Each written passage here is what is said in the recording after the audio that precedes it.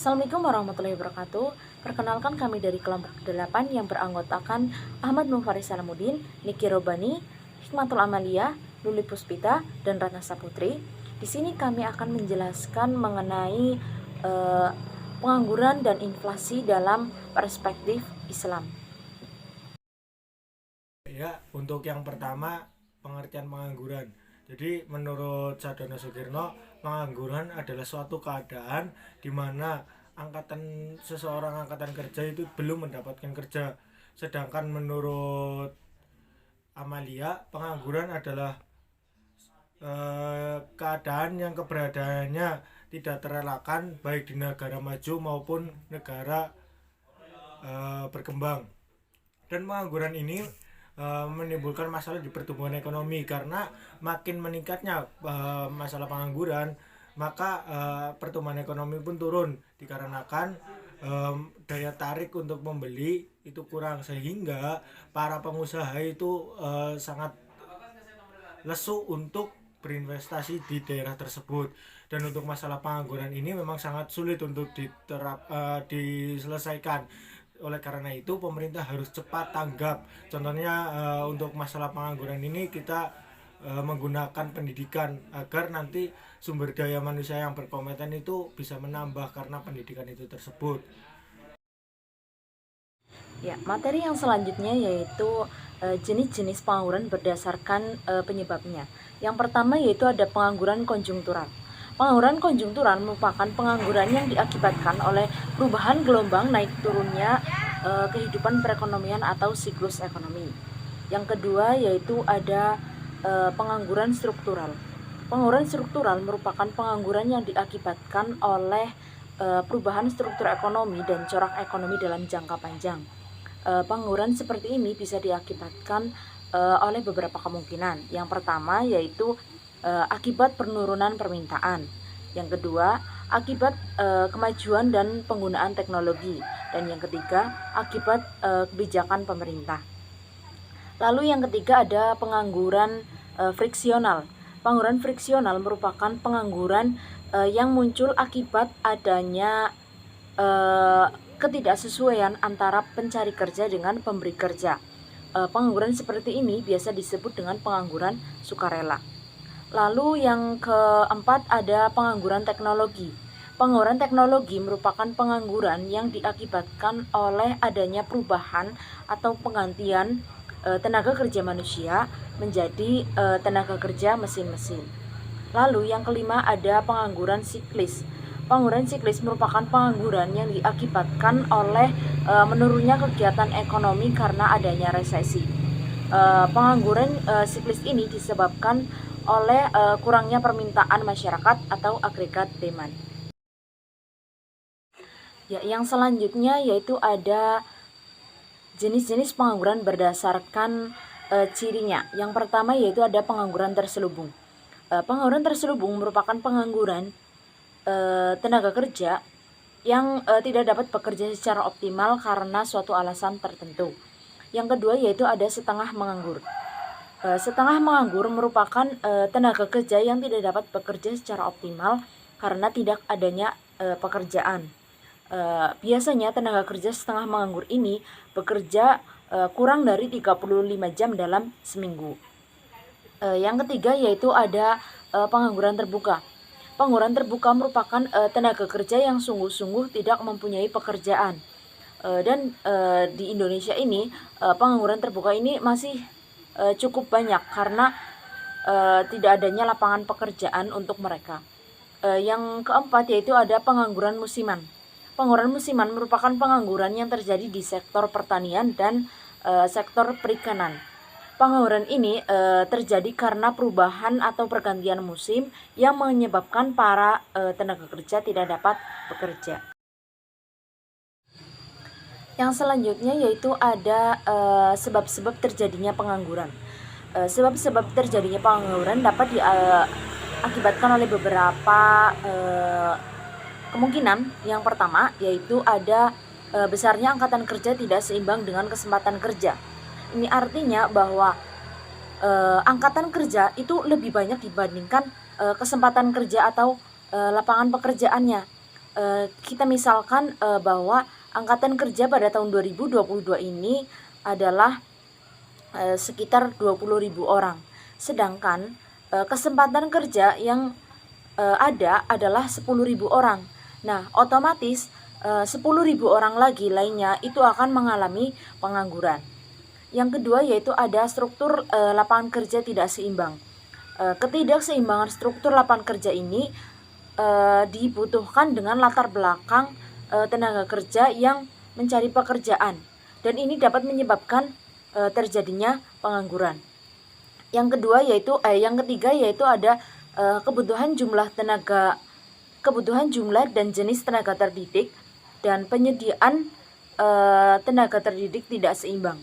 Apabila kesempatan kerja jumlahnya sama atau bahkan lebih banyak dibandingkan angkatan kerja, pengangguran belum tentu tidak terjadi. Mengapa demikian? Karena belum tentu terjadi pengangguran karena antara tingkat pendidikan yang dibutuhkan dan yang tersedia. Ketidakseimbangan tersebut mengakibatkan sebagian tenaga kerja yang ada tidak dapat mengisi kesempatan kerja tersebut, sehingga mereka menganggur. Yang keempat yaitu ada meningkatnya peranan dan aspirasi tenaga kerja wanita dalam seluruh angkatan kerja di Indonesia. Banyak dilihat di Indonesia ini ya, tenaga kerja wanita mulai berbondong-bondong atau menyeluruh yang ada di Indonesia. Yang kelima yaitu ada penyediaan dan pemanfaatan tenaga kerja antar daerah yang tidak seimbang. Jumlah angkatan kerja di suatu daerah mungkin saja lebih besar dari selatan, sedangkan di daerah lainnya tidak ada kesempatan kerja yang sebaliknya. Ketidakseimbangan tersebut akan meningkatkan pengangguran karena adanya perpindahan tenaga kerja dari satu daerah ke satu daerah yang lain. Kemudian ada dampak-dampak dari adanya pengangguran.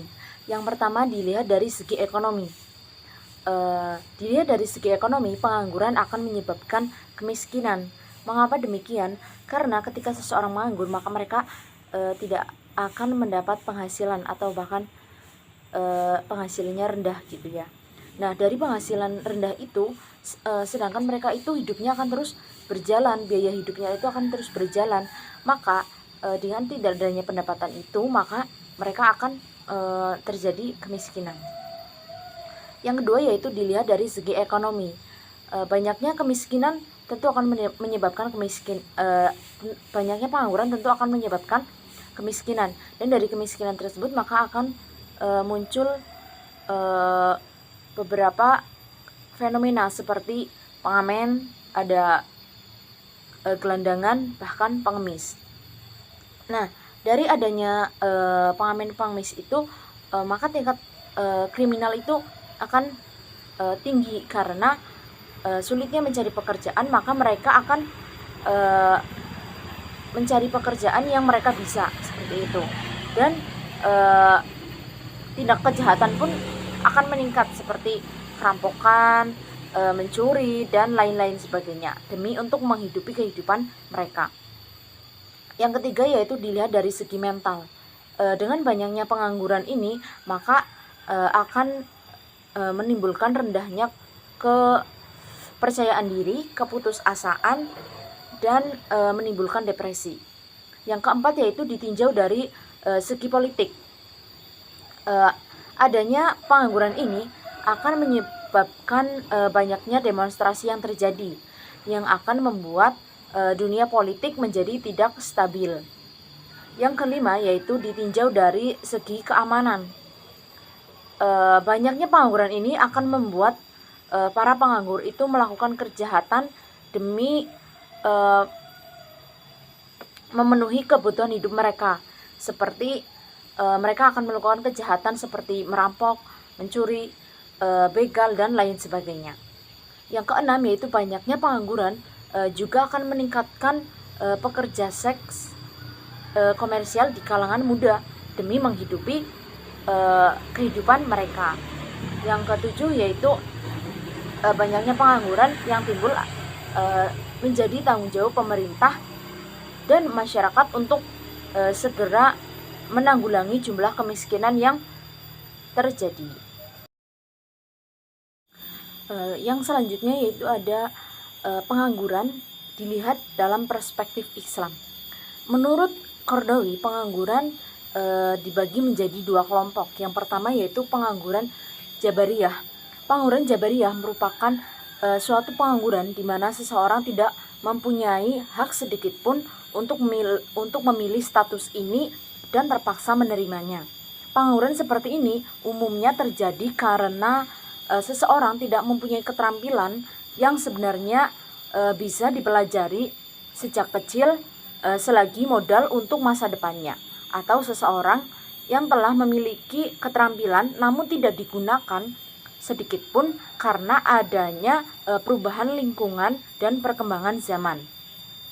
Yang kedua yaitu ada pengangguran khairiyah, merupakan seseorang yang memilih menganggur padahal pada dasarnya dia adalah orang yang mampu untuk bekerja.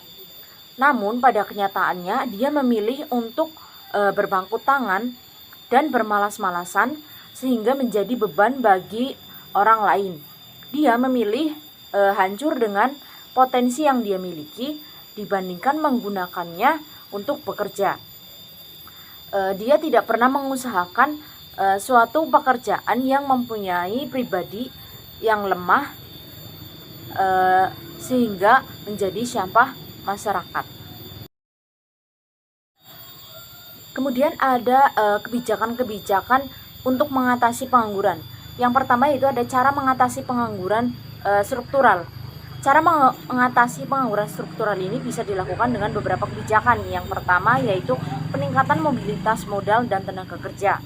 Yang kedua, segera memindahkan kelebihan tenaga kerja dari tempat dan sektor yang kelebihan ke tempat dan sektor ekonomi yang kekurangan.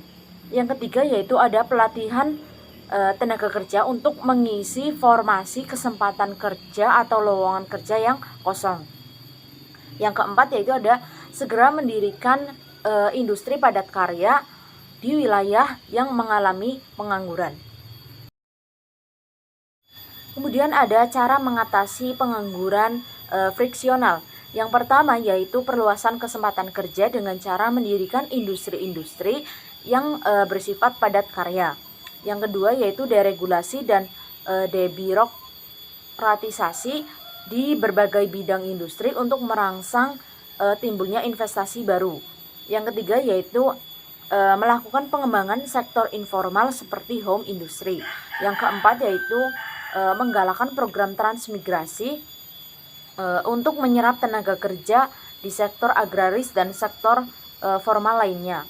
Yang kelima yaitu pembukaan proyek-proyek umum untuk pemerintah seperti pembangunan jembatan, jalan raya, PLTU, PLTA dan lain sebagainya sehingga bisa menyerap tenaga kerja secara langsung maupun merangsang investasi baru dari kalangan swasta. Yang selanjutnya yaitu ada cara mengatasi pengangguran musiman. Yang pertama yaitu pemberian informasi yang cepat jika ada lowongan pekerjaan di sektor lain. Yang kedua yaitu melakukan pelatihan di bidang keterampilan lain untuk memanfaatkan waktu ketika menunggu musim tertentu. Yang selanjutnya yaitu ada cara mengatasi pengangguran siklis. Yang pertama yaitu mengarahkan permintaan masyarakat terhadap barang dan jasa. Dan yang kedua yaitu meningkatkan daya beli masyarakat. Apa itu inflasi? Inflasi merupakan kecenderungan naiknya harga barang dan jasa pada umumnya yang berlangsung secara terus-menerus. Kemudian pendapat lain menjelaskan bahwa inflasi ini merupakan ancaman yang utama yang dapat merusak dan menghancurkan pertumbuhan ekonomi suatu negara. Jadi, dapat disimpulkan bahwa inflasi merupakan kenaikan harga barang secara umum dan terus-menerus dalam jangka waktu tertentu. Oke, untuk selanjutnya yaitu terkait dengan analisis dari inflasi. Di dalam suatu masyarakat mendengar kata inflasi, maka mereka akan langsung beranggapan bahwa inflasi merupakan suatu situasi di mana seluruh kebutuhan akan mengalami kenaikan, terutama kebutuhan pokok. Kemudian, apa sih yang menjadi penyebab dari adanya inflasi atau faktor-faktor yang menyebabkan adanya inflasi? Yang pertama ada kenaikan harga bahan mentah yang diimpor. Yang kedua ada kenaikan harga bahan bakar, defisit dalam anggaran belanja pemerintah, kemudian pinjaman sistem bank yang berlebihan, dan kegiatan investasi yang sangat pesat perkembangannya. Hal-hal tersebut dapat menimbulkan beberapa faktor munculnya adanya inflasi. Oke, untuk selanjutnya yaitu inflasi dapat secara analisis, inflasi dapat digolongkan menjadi dua faktor. Yang pertama, inflasi sebagai akibat perubahan permintaan agregat dan inflasi sebagai akibat perubahan penawaran agregat. Untuk yang pertama, inflasi sebagai akibat dari perubahan permintaan agregat. Dalam hal ini, persoalan inflasi yang disebabkan oleh perubahan permintaan agregat akan diperhatikan masing-masing keadaan. Yang pertama, perubahan permintaan agregat yang disebabkan oleh perubahan penawaran uang. Yang kedua, ada perubahan permintaan agregat yang disebabkan oleh perubahan di sektor real. Kemudian yang kedua, inflasi sebagai akibat dari penawaran agregat. Dalam hal ini, inflasi yang disebabkan oleh perubahan penawaran agregat dinamakan juga sebagai inflasi desakan biaya atau cost plus inflation. Dari istilah ini dapat diambil bahwa inflasi sebagai akibat perubahan penawaran yang bersumber dari kenaikan biaya produksi yang menyeluruh di berbagai jenis industri dalam perekonomian. Oke, untuk selanjutnya yaitu ada faktor ekstern adanya inflasi. Untuk faktor ekstern ini di mana barang di luar negeri atau adanya masalah ketidakseimbangan dalam neraca pembayaran. Hal inilah yang menjadi penyebab harga barang-barang impor meningkat dan menimbulkan kenaikan biaya produksi di dalam negeri. Kemudian ada beberapa contoh kasus, bisa kita lihat di slide bahwa contoh kasus dari faktor eksternal yang pertama itu kenaikan harga minyak atau bahan bakar di tahun 1970-an dan efeknya kepada negara-negara industri. Kemudian ada kasus yang kedua, krisis mata uang Asia di tahun 1997 sampai 1998, di mana efeknya kepada negara yang mengalaminya termasuk kepada negara Indonesia. Untuk selanjutnya yaitu upaya untuk mencegah adanya inflasi. Ada beberapa upaya yang dilakukan pemerintah dalam mencegah adanya inflasi, yaitu untuk pertama, kebijakan moneter. Dalam hal ini, Bank Sentral dapat mengambil kebijakan untuk mengurangi uang yang beredar dengan jalan menetapkan persediaan yang beredar dengan menetapkan persediaan uang kas pada bank-bank. Dan untuk selanjutnya yaitu ada kebijakan diskonto. Apa ini? Kebijakan ini yaitu Bank Sentral dapat menerapkan kebijakan diskonto dengan cara meningkatkan nilai suku bunga. Tujuannya adalah agar masyarakat terdorong untuk menabung. Dengan demikian diharapkan jumlah uang yang beredar dapat terkurang sehingga tingkat inflasi dapat ditekan. Dan upaya yang selanjutnya yaitu kebijakan operasi pasar terbuka. Apa ini? Melalui kebijakan ini, Bank Sentral dapat mengurangi jumlah uang yang beredar dengan cara menjual surat-surat berharga, misalnya surat utang negara. Semakin banyak jumlah surat-surat berharga yang terjual, jumlah uang beredar akan berkurang sehingga dapat mengurangi tingkat inflasi. Kemudian ada kebijakan fiskal, di mana langkah untuk mempengaruhi penerimaan dan pengeluaran pemerintah. Kebijakan ini dapat menekan tingkat inflasi, di mana dapat menghemat pengeluaran pemerintah dan menaikkan tarif pajak. Kemudian dan untuk yang selanjutnya yaitu kebijakan lain di luar kebijakan moneter dan kebijakan fiskal, di mana upaya-upaya tersebut dilakukan untuk mencegah adanya inflasi yang terus-menerus dan berlanjut. Karena dengan adanya inflasi ini dapat menimbulkan ketidaksejahteraan pada masyarakat dan tentunya dapat menyengsarakan masyarakat. Oke, untuk materi yang selanjutnya ada hubungan antara inflasi dan pengangguran.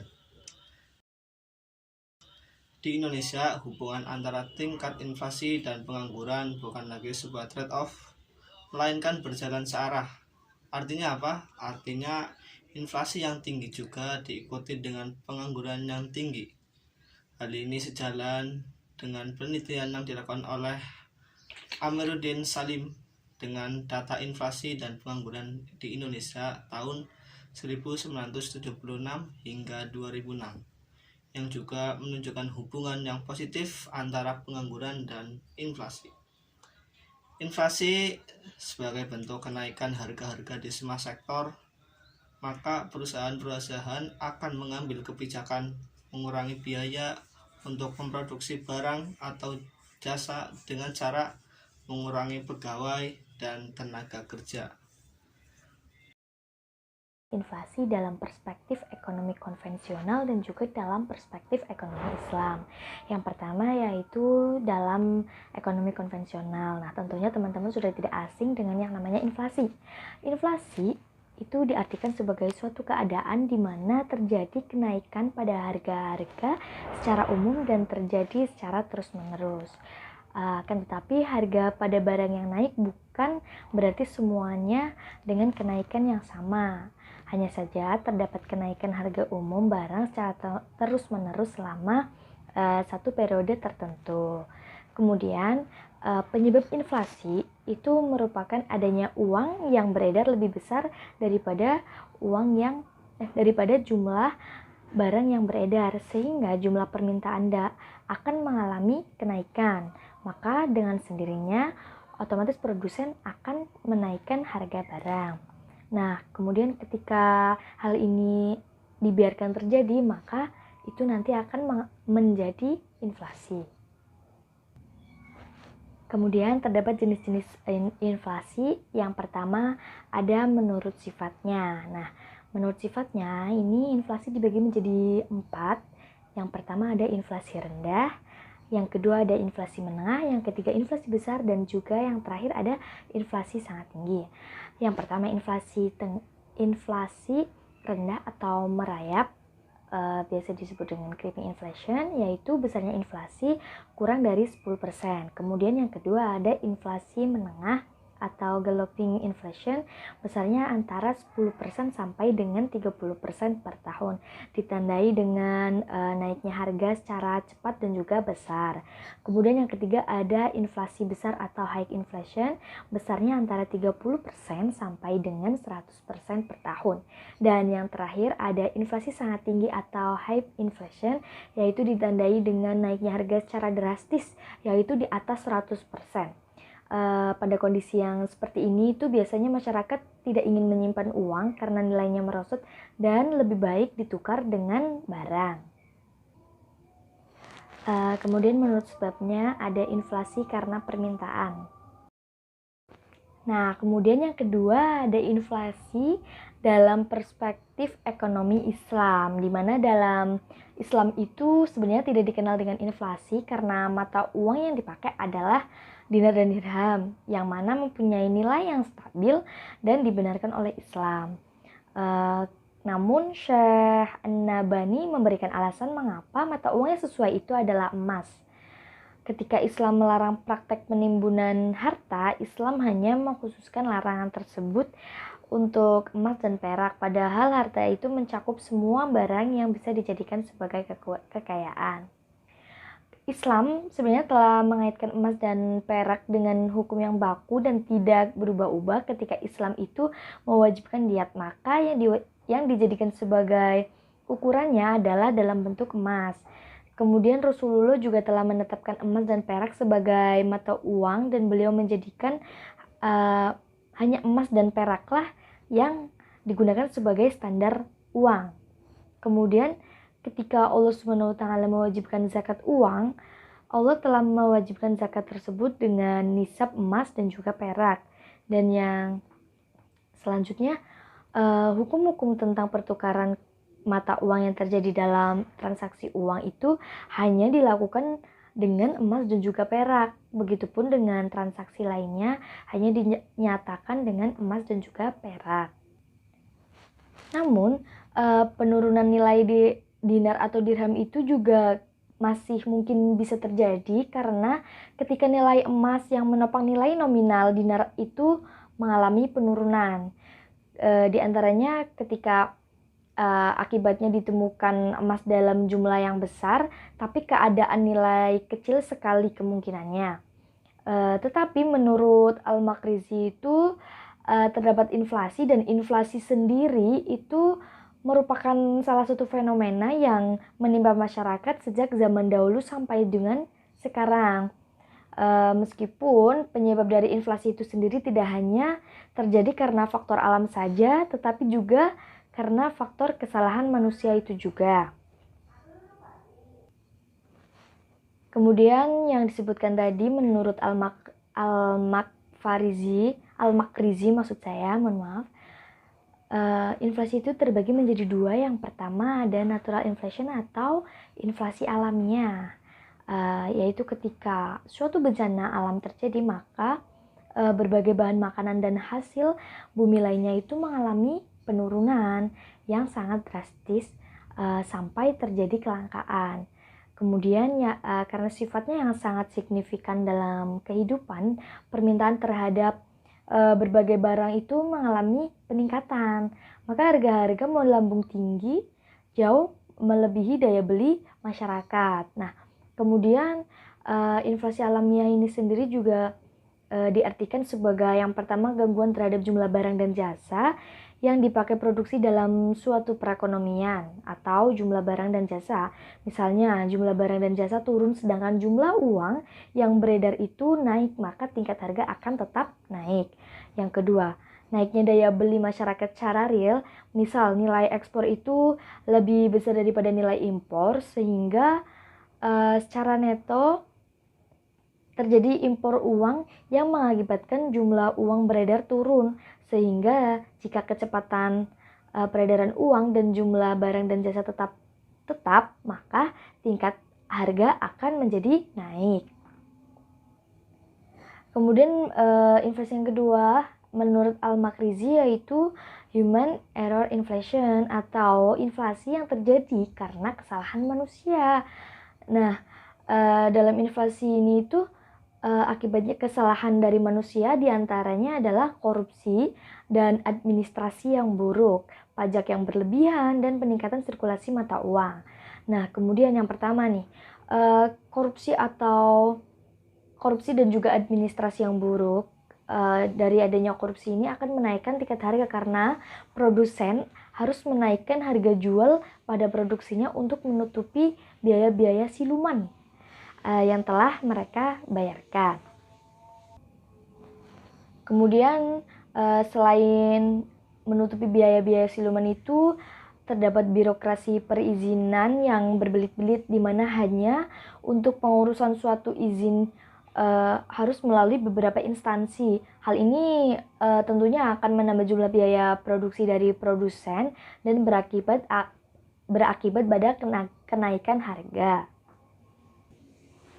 Kemudian yang kedua ada pajak yang berlebihan atau excessive tax. Efek yang akan terjadi ini menimbulkan pengenaan pajak yang berlebihan pada perekonomian akan memberikan pengaruh yang sama dengan pengaruh yang ditimbulkan oleh korupsi dan juga administrasi yang buruk, yaitu terjadinya kontraksi pada kurva penawaran agregat. Jika dilihat lebih lanjut, maka pajak yang berlebihan mengakibatkan pada efisiensi loss atau weight loss.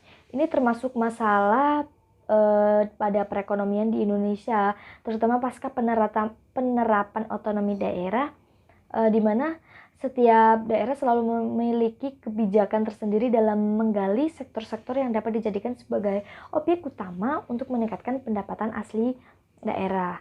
Kemudian yang ketiga, pencetakan uang dengan maksud untuk menarik keuntungan yang berlebih-lebihan atau excessive seigniorage.